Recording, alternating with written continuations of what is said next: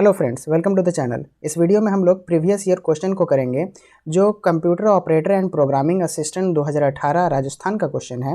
और ये जो क्वेश्चन है वो राजस्थान कंप्यूटर इंस्ट्रक्टर 2022 में जो होने वाला एग्ज़ाम है उसके दृष्टिकोण से काफ़ी इम्पोर्टेंट होने वाला है।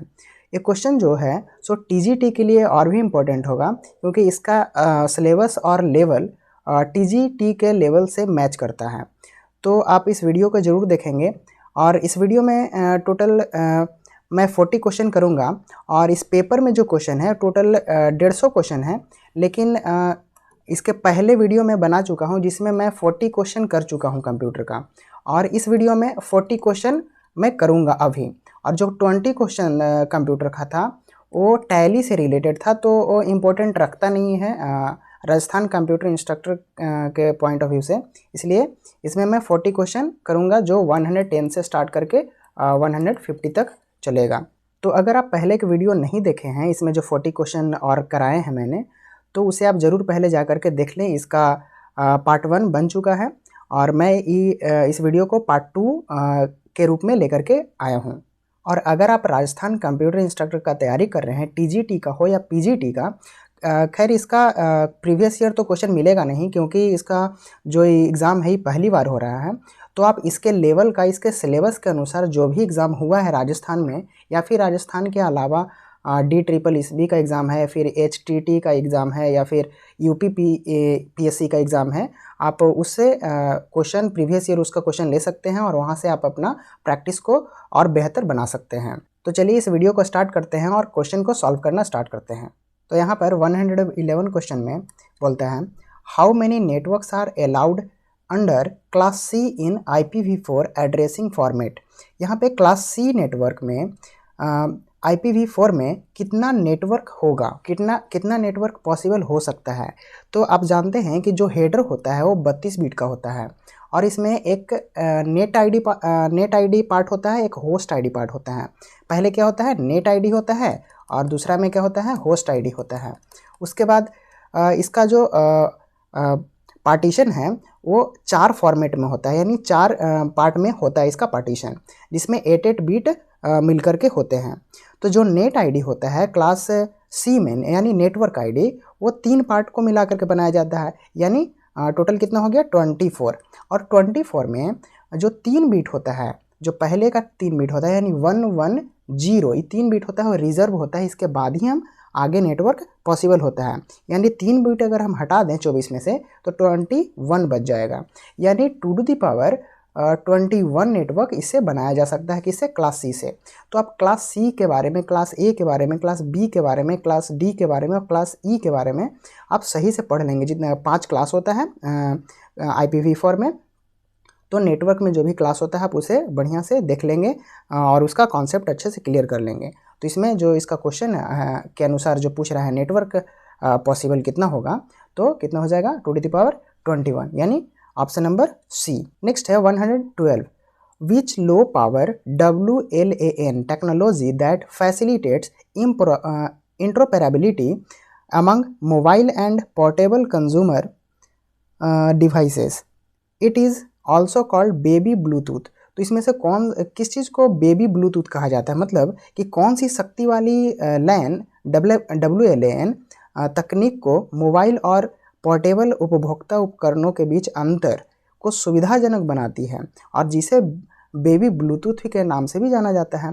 तो इसमें से आंसर क्या हो जाएगा, वाइब्री को ही हम यूज़ करके और दोनों का कम्युनिकेशन को आसान बना सकते हैं, सुविधाजनक बना सकते हैं, और इसे बेबी ब्लूटूथ भी बोला जाता है। यहाँ पर हम आपको इन्फॉर्मेशन बता दें कि अगर आपको इसका PDF चाहिए तो पहले के वीडियो का डिस्क्रिप्शन में भी दिया हुआ है, और आप बोलेंगे तो कमेंट में भी हम इसका वीडियो का जो PDF है इसका मैं लिंक प्रोवाइड करा दूंगा। आप कमेंट करेंगे तभी मैं एक पॉसिबल करा पाऊँगा।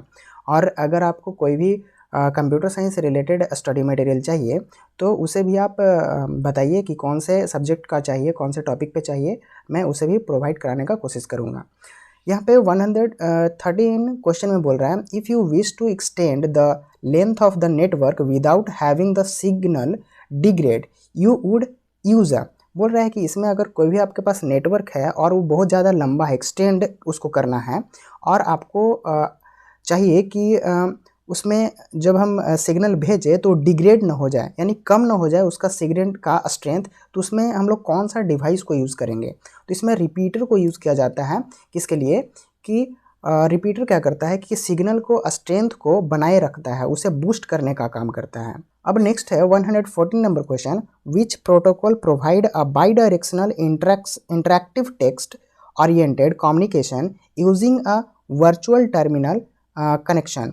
इसमें से कौन सा है जो बाई डायरेक्शनल में वर्चुअल टर्मिनल के रूप में जो कम्युनिकेशन है उसको प्रोवाइड कराता है? तो इसमें से जो टेलनेट है वो दोनों तरफ से कम्युनिकेशन को आपको प्रोवाइड कराता है और एक वर्चुअल टर्मिनल कनेक्शन यूज़ करता है। इसके बाद 150 नंबर क्वेश्चन में, which field of MAC frame alerts receiver and enables it to synchronize? इसमें बोल रहा है कि मैक फ्रेम की कौन सी फील्ड रिसीवर को अलर्ट करती है और इसमें सिंक्रोनाइज करने के लिए सक्षम बनाती है? तो इसका आंसर जो होगा वो बी हो जाएगा, प्रीमिएबल। नेक्स्ट क्वेश्चन है 116, मल्टी पॉइंट टोपोलॉजी। इसमें से कौन सा मल्टी पॉइंट टोपोलॉजी है? जो स्टार होता है, रिंग होता है, मेस होता है, ये जो होता है इसमें एक ही पॉइंट पे होता है। स्टार जो होता है इस तरह से ऐसे बनाता है, रिंग भी है, सो इसमें मल्टी पॉइंट होते हैं लेकिन उतना ज़्यादा नहीं होता है। तो इसका सबसे जो सुटेबल आंसर होगा वो बस टोपोलॉजी होगा। बस टोपोलॉजी में एक वायर होता है, उसमें बहुत सारा हम लोग पॉइंट क्रिएट कर सकते हैं, है ना। इसको बैकबोन भी बोला जाता है इस वायर का। तो इसका जो अप्रोप्रिएट आंसर होगा मल्टी पॉइंट टोपोलॉजी का वो बस टोपोलॉजी होगा। इसके बाद 170 नंबर क्वेश्चन में, एग्जाम्पल ऑफ वायरलेस कम्युनिकेशन। इसमें से कौन सा है जो वायरलेस कम्युनिकेशन का एक अच्छा एग्जाम्पल है? तो इसमें जो केबल टीवी है वो केबल के माध्यम से यूज़ करते हैं, तो वायरलेस तो हुआ नहीं क्योंकि इसमें केबल का यूज़ कर लिए हम। उसके बाद टेलीफोन नेटवर्क है, इसमें भी हम लोग टेलीफोन में देखे होंगे कि आप वायर होता है, इसलिए ये भी आंसर नहीं होगा। उसके बाद वायर्ड लाइन, इसमें तो नाम ही में वायर्ड आ रहा है, इसलिए ये भी आंसर नहीं होगा।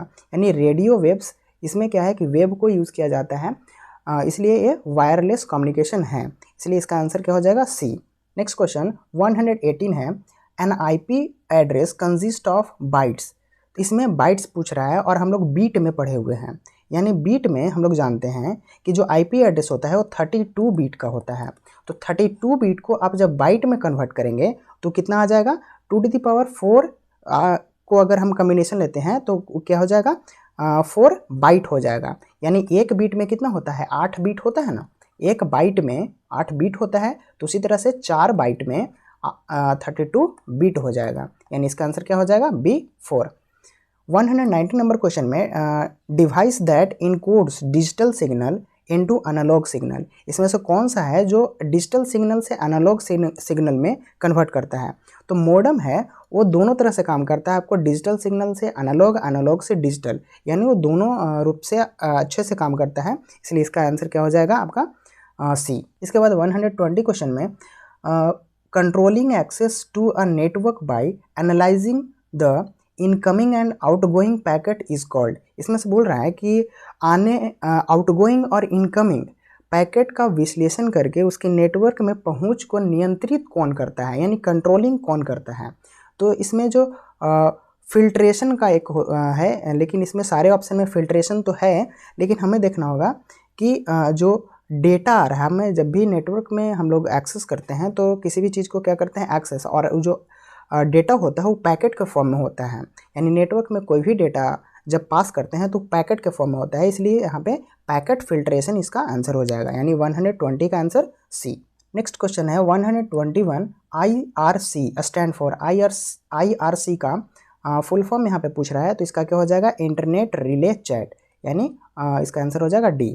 122 में पूछ रहा है, विच of the following is true. इसमें से कौन सा ट्रू है? यानी HTML यहाँ पे दिया हुआ है और एक PHP भी दिया हुआ है, उसके रिगार्डिंग कुछ यहाँ पे सेंटेंस लिखा हुआ है जो जिसमें पूछ रहा है, you can create a website without HTML। क्या आप बिना HTML के वेबसाइट क्रिएट कर सकते हैं? तो नहीं, ये गलत हो जाएगा। You can not create a website with HTML, ये भी वही बात बोल रहा है कि आप बिना HTML के वेबसाइट क्रिएट कर सकते हैं, तो no. You can create a website with HTML। हाँ, हम लोग HTML के सहायता से ही किसी भी वेबसाइट को क्रिएट कर सकते हैं। उसके बाद नेक्स्ट देख लेते हैं पहले, you can not create a website with PHP। नहीं, PHP की हेल्प से भी हम लोग वेबसाइट क्रिएट कर सकते हैं, यानी इसका आंसर ये भी गलत हो जाएगा, यानी ऑप्शन नंबर सी ही इसका करेक्ट होगा, यानी यही जो सेंटेंस लिखा हुआ है वो HTML के अकॉर्डिंग ट्रू है। नेक्स्ट क्वेश्चन है, AIDC refers to methods to automatically identify object, collect data about them and entering the data directly into computer system without human involvement।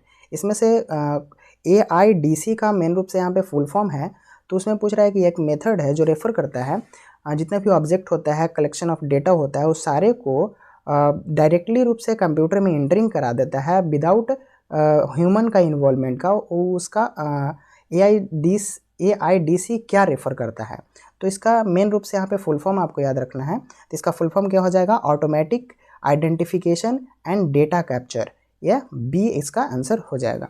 इसके बाद 124 में what is known as verification process of login name and password. इसमें से login name और password को verify करने का process को किस नाम से जाना जाता है, तो उसे क्या कहते हैं, ऑथेंटिकेशन। ऑथेंटिकेशन करने के बाद ही हम किसी भी डेटा को एक्सेस कर पाते हैं, या फिर अगर हम वेबसाइट चला रहे हैं तो उसके वेब पेज के अंदर इंटर हो सकते हैं लॉगिन और पासवर्ड के जरिए। ठीक है।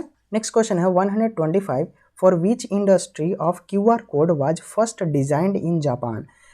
वैसे तो QR कोड जो है सो जापान के द्वारा ही डिजाइन किया गया है, तो इसमें से पूछ रहा है कि कौन से कंपनी यानी कौन से इंडस्ट्री के द्वारा QR कोड को डिज़ाइन किया गया है। तो इसमें ऑटोमोटिव्स यानी ऑटोमोबाइल एक कंपनी है जिसका नाम है डेंसो वेव। इस कंपनी का क्या नाम है, जो जापान में है, इसका नाम है डेंसो वेव। डेंसो वेव यही जो कंपनी है वो क्या करता है कि ट्रैक करने के लिए जो भी मैन्युफैक्चर हो रहा है उसके पास व्हीकल, उसको ट्रैक करने के लिए कि उसका प्रोसेस कहाँ तक पहुँचा, उसमें और काम कितना बाकी है, उस सारे को प्रोसेस को देखने के लिए, ट्रैक करने के लिए QR कोड का इन्वेंट किया था, डिज़ाइन किया था। उसी को हम लोग आज भी बहुत जगह पे QR कोड को यूज़ करते हैं। इसके बाद 126 क्वेश्चन में बोलता है विच software application runs automated task over internet. Internet पे ऑटोमेटेड टास्क को करने के लिए कौन सा सॉफ्टवेयर को यूज़ करते हैं, तो इंटरनेट बोट के जरिए ही हम लोग क्या करते हैं, ऑटोमेटेड टास्क को इंटरनेट पर हम लोग यूज़ करते हैं। इसके बाद नेक्स्ट क्वेश्चन में 127 है, विच of the following is not a search engine. इसमें से कौन सा सर्च इंजन नहीं है, तो इसमें बिंग सर्च इंजन है, गूगल भी सर्च इंजन है और डकडकगो भी सर्च इंजन है। विंडोज़ एक ऑपरेटिंग सिस्टम है, ये सर्च इंजन नहीं है, तो आंसर क्या हो जाएगा, डी। 128 क्वेश्चन में how can you make a bullet list with number के जरिए आप बुलेट लिस्ट किस तरह से क्रिएट कर सकते हैं, तो इसको बनाने के लिए क्या है शॉर्टकट, आप UL को लिखिएगा। ये एक बात कर रहा है वेब डिज़ाइनिंग में, जैसे आप HTML में यूज़ कर सकते हैं, CSS में यूज़ कर सकते हैं, वहाँ पे ही UL का यूज़ करके आप जो नंबर है उसका बुलेट लिस्ट के रूप में यूज़ कर सकते हैं। नेक्स्ट क्वेश्चन है 129, which software is use to harm a computer and its security and engage in criminal activity और जो कंप्यूटर सिक्योरिटी को हार्म ना करे, उस सॉफ्टवेयर का यहाँ पे नाम क्या है, जो हार्म करता है, हार्म ना करे मतलब कि हार्म करता है, उस सॉफ्टवेयर का क्या नाम है, तो जो मालवेयर होता है उसी के जरिए हमारा जो कंप्यूटर है वो हार्म हो सकता है, या फिर उसी के जरिए क्रिमिनल एक्टिविटी भी होते हैं, तो यहाँ पे आंसर क्या हो जाएगा, सी। इसके बाद क्वेश्चन नंबर 130 में है, the first network that plant the seeds of internet. सबसे पहले कौन सा नेटवर्क था जो इंटरनेट का एक नींव रखा था, तो सबसे पहले ARPANET था, जो आज हम लोग कंप्यूटर में हम लोग इतना बड़ा नेटवर्क का यूज़ करते हैं, खास करके इंटरनेट वर्ल्ड वाइड हम लोग यूज़ कर रहे हैं, तो ये ARPANET का ही देन है जो हम लोग आज इतना तरक्की कर लिए हैं, तो इसका क्या हो जाएगा आंसर, ARPANET। तो यहाँ पर आप देख रहे हैं कि नेटवर्क से यानी कंप्यूटर नेटवर्क से और इंटरनेट से यानी आप बोल सकते हैं IoT से कितना क्वेश्चन पूछा जाता है। तो नेटवर्क एक अपने आप में बहुत ही ख़ास चैप्टर है जो हर एक एग्ज़ाम में इसे मैक्सिमम क्वेश्चन आते हैं। खास करके टीजीटी और पीजीटी एग्ज़ाम में इसे क्वेश्चन भर भर के आपको मिलेंगे ही मिलेंगे। मिनिमम आपको इससे क्वेश्चन आपको 20 देखने को मिल ही जाएगा, इसलिए इसका वेटेज ज़्यादा है। इसलिए आप इसको अच्छे से पढ़िए और बढ़िया से इसका तैयारी करके अपने एग्ज़ाम को दीजिए। ठीक है, अब हम लोग नेक्स्ट क्वेश्चन में बढ़ते हैं। 131 है, which we function returns lower bound of an array. तो लोअर बाउंड अगर हमें चाहिए किसी फंक्शन में अरे के अंदर, तो एल बाउंड को यूज़ करके हम लोग लोअर बाउंड निकाल सकते हैं। तो इसका आंसर क्या हो जाएगा? सी। 132 में how to hide a sheet using VBA code. VBA code में हम लोग किसी भी सीट को हाइड कैसे कर सकते हैं, तो उसके लिए ऑप्शन क्या हो जाएगा हमारा? Option number D, seat 1 visible, और जो है डॉट विजिबल को यूज़ करेंगे, और एक्सेल सीट हिडन कर देंगे, तो हमारा जो सीट है वो क्या हो जाएगा? हाइड हो जाएगा। नेक्स्ट क्वेश्चन है 133, in visual Basic which property determines whether a control is displayed to the user. इसमें कह रहा है कि विजुअल बेसिक में कौन सी प्रॉपर्टी को है जो कंट्रोल को यूज़र को दर्शाने के लिए प्रयुक्त होती है। तो इसका आंसर क्या हो जाएगा? सी, विजिबल को ही यूज़ करके हम लोग, नाम ही से पता चल रहा है इसका विजिबल मतलब कि दिखाने के लिए हम लोग क्या करेंगे? विजिबल प्रॉपर्टी को यूज़ करके हम लोग जो विजुअल बेसिक का प्रॉपर्टी है उसे हम लोग देख सकते हैं। उसके बाद 134 में बोल रहा है, what is default data type in VB। VB में डिफ़ॉल्ट डेटा टाइप क्या होता है? तो VB में डिफ़ॉल्ट डेटा टाइप बूलियन होता है। बूलियन को यहाँ पे डिफ़ॉल्ट डेटा टाइप के रूप में यूज़ किया जाता है। नेक्स्ट क्वेश्चन है 135, what is the process of finding and removing error in programming. Programming में हम लोग अगर किसी भी एरर को फाइंड करते हैं या फिर रिमूव करते हैं तो उसका प्रोसेस क्या है? उसका प्रोसेस क्या है? डिबगिंग के प्रोसेस से ही हम लोग किसी भी एरर को फाइंड कर सकते हैं या फिर रिमूव कर सकते हैं। उसी प्रोसेस को क्या कहा जाता है? डिबगिंग। ओके, नेक्स्ट क्वेश्चन है 136, what is the base of a user interface in a Windows based application. Windows based application में जो उपभोक्ता है, मतलब कि जो यूज़र है, उसका इंटरफेस का आधार क्या होता है?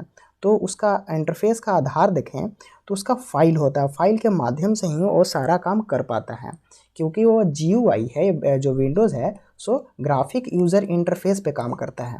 और ग्राफिक यूज़र इंटरफेस में हम फाइल को ही यूज़ करके सारे प्रोसेस को वर्क में ला पाते हैं। ओके, 137 में बोलता है, when the user click a button blank is triggered.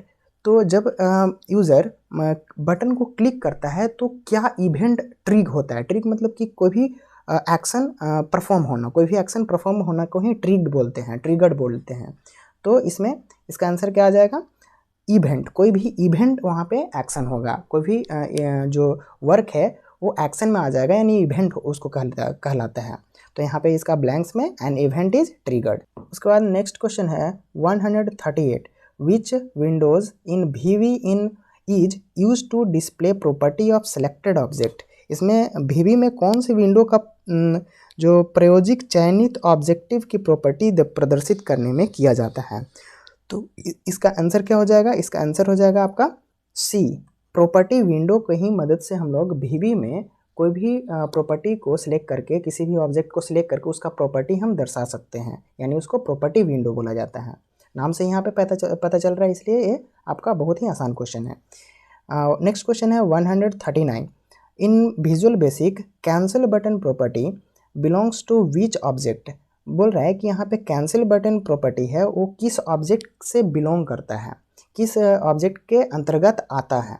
तो इसमें इसका आंसर क्या हो जाएगा? फॉर्म के वो अंतर्गत में आता है। नेक्स्ट क्वेश्चन है 140, what is the file extension of form module in VB। यहाँ पे VB का एक्सटेंशन पूछा जा रहा है। तो आप यहाँ पे एक चीज़ और याद रख लीजिएगा कि जितना भी प्रोग्रामिंग लैंग्वेज है उसका आप एक्सटेंशन कोड जैसे कि सी लैंग्वेज का, C++ का क्या होता है? .cpp, या C++ का हो गया, और C लैंग्वेज का .c, HTML का .html, इस तरह से जितना भी PHP का .php, इसी तरह से डॉट जावा का डॉट JVM, इस तरह से जो भी है एक्सटेंशन कोड है डॉट जावा भी होता है इसका। इसी तरह से जितना भी प्रोग्रामिंग लैंग्वेज का एक्सटेंशन कोड है आप उसे ज़रूर याद रखेंगे। प्रोग्रामिंग लैंग्वेज के अलावा भी जितने भी एक्सटेंशन कोड हैं जो इम्पोर्टेंट है, जैसे कि ऑफिस का वर्ड का एक्सटेंशन कोड, पावर पॉइंट का एक्सटेंशन कोड, एक्सेल का एक्सटेंशन कोड, और भी जितना भी फाइल एक्सटेंशन है जैसे वीडियो फाइल का एक्सटेंशन कोड। वैसे एक्सटेंशन कोड पे मेरा एक वीडियो है जो बना हुआ है पहले से, आप उसे एक बार ज़रूर चेक कर लें, और उसमें PDF भी प्रोवाइड कर दिया गया है जितना भी इम्पोर्टेंट एक्सटेंशन है, तो उसे आप एक बार ज़रूर चेक कर लें और एक बार देख लें ताकि आपको ध्यान में रहे कि किसका एक्सटेंशन क्या होता है। ओके, तो यहाँ पे VB का जो एक्सटेंशन कोड है वो क्या होता है, .FRM, यानी फॉर्म में वो एक फॉर्म टाइप का फाइल क्रिएट करता है, इसीलिए उसका जो एक्सटेंशन कोड है वो .FRM है, .VB नहीं होता है, .FRM VB जो एक्सटेंशन कोड है वो प्रोवाइड कराता है। उसके बाद नेक्स्ट क्वेश्चन में हम लोग बढ़ते हैं 141। इस क्वेश्चन में बोलता है विच of the following is a liberal reverse of Ajax. Ajax का लिबरल रिवर्स क्या है, उसका बिलोम क्या है, तो इसका जो लिबरल रिवर्स है वो कॉमेट है। इसके बाद नेक्स्ट क्वेश्चन 142 में what is the value of x. यहाँ पे एक ऑपरेशन दिया हुआ है, इसमें पूछ रहा है कि एक्स का वैल्यू क्या होगा। तो यहाँ पे आप इस चीज़ को देख रहे हैं, इससे एक ऑपरेटर है जिसको टर्नरी ऑपरेटर बोलते हैं। इसमें क्या होता है कि जो मेरा क्वेश्चन मार्क है उसमें उसके बाद जो जस्ट इसके बाद जो वैल्यू होता है वो ट्रू रिजल्ट देता है, ट्रू रिजल्ट देगा, और क्वेश्चन मार्क्स के जो कोलोन के बाद वाला जो रिजल्ट है वो मेरा फॉल्स रिजल्ट देगा। तो यहाँ पे आप देखिए कि ए वैल्यू में जो वेरिएबल है ए, इसमें फॉल्स पहले से रख दिया गया है। उसके बाद पूछ रहा है कि वेर एक्स में हमको वैल्यू लाना है, तो कौन सा वैल्यू आएगा, तो फॉल्स कौन दे रहा है, बी दे रहा है, यानी यही वैल्यू इस एक्स में आकर के स्टोर हो जाएगा, यानी इसका आंसर क्या हो जाएगा, बी, यानी इसका आंसर डी यहाँ पे आंसर हो जाएगा। नेक्स्ट क्वेश्चन 143 है जो जावास्क्रिप्ट से है। Consider the following code snip in JavaScript. इसमें जावास्क्रिप्ट ने क्वेश्चन दिया गया है और उसमें आउटपुट पूछ रहा है कि इसका क्या होगा। तो var string to num equal to parse int, और इसमें स्ट्रिंग में फॉर्मेट में दिया हुआ 1 2 3 XYZ, तो इसका आंसर क्या होगा। तो इसमें जो है सो यहाँ पे स्ट्रिंग नम लिखा हुआ है, यानी नंबर ही इसमें सिर्फ आउटपुट दिखा सकता है, इसमें और कुछ आ ही नहीं सकता है, तो इसलिए इसका आंसर जो हो जाएगा 1 2 3 होगा। इसके बाद 144 में पूछ रहा है which build in method adds one or more element to the end of an array and return a new length of the array in JavaScript. इसमें पूछ रहा है कि जावास्क्रिप्ट ने कौन सी जो एलिमेंट है जो एक से अधिक रिटर्न वैल्यू करता है। इसमें जो है सो पुश फंक्शन है, सो एक से ज़्यादा हम रिटर्न इसमें करा सकते हैं। हम पुश करते हैं कोई भी एक स्टैक में आप जाते हैं कि जो वैल्यू डाला जाता है उसे आप पुश कहते हैं, यानी जो स्टैक है ये स्टैक है, इसमें हम पुश करेंगे यानी वैल्यू को इंसर्ट करेंगे, और पॉप का मतलब कि वैल्यू को वहाँ से डिलीट करेंगे यानी निकालेंगे। तो इसमें एक से ज़्यादा वैल्यू को हम लोग इंसर्ट कर सकते। ओके, नेक्स्ट क्वेश्चन 145 है what does the location property in JavaScript represent. बोल रहे हैं यहाँ पे कि जावा स्क्रिप्ट का प्रॉपर्टी का लोकेशन क्या होता है। तो इसका जो लोकेशन होता है current DOM object, DOM object इसका करंट प्रॉपर्टी का लोकेशन होता है। नेक्स्ट क्वेश्चन है 146 which of the following is not a building method in JavaScript. बोल रहे हैं यहाँ पे कि जावास्क्रिप्ट में इनमें से कौन है जो बिल्डिंग मेथड नहीं है। तो जो यहाँ पे अपेंड है, अपेंड बिल्डिंग मेथड में नहीं आता है। यहाँ पे सर्च बिल्डिंग मेथड है, इजनैन है, टू अपर केस है। तो बिल्डिंग मेथड उसी को बोलते हैं जो किसी भी प्रोग्रामिंग लैंग्वेज के लिए पहले से मेथड बना दिया जा चुका है, उसे बिल्डिंग मेथड बोलते हैं। और जो बाद में हम लोग बनाते हैं उसे यूजर डिफाइंड मेथड भी बोल सकते हैं। नेक्स्ट है 147 विच of the following variable type does not exist in JavaScript. इसमें से कौन सा जो है सो वेरिएबल जावास्क्रिप्ट के लिए नहीं है। तो इसमें से जो डबल है वो डबल जावास्क्रिप्ट के लिए यूज़ नहीं होता है, ये एक सही टाइप नहीं है जावास्क्रिप्ट के लिए वेरिएबल। नेक्स्ट क्वेश्चन है 148 which keyword is use to declare variables in JavaScript. इसमें से कौन सा कीवर्ड को यूज़ करके हम लोग जावास्क्रिप्ट में वेरिएबल को डिक्लेयर कर पाते हैं। तो इसका आंसर क्या हो जाएगा, वेयर। इसमें से वेयर को यूज़ करके ही किसी भी वेरिएबल को डिक्लेयर किया जा सकता है। इसके बाद 49 क्वेश्चन में which keyword is use to create an object in JavaScript. JavaScript में ऑब्जेक्ट को क्रिएट करने के लिए कौन सा कीवर्ड का यूज़ किया जाता है। तो कीवर्ड को यूज़ करने के लिए हम लोग न्यू कीवर्ड का यूज़ करके हम लोग किसी भी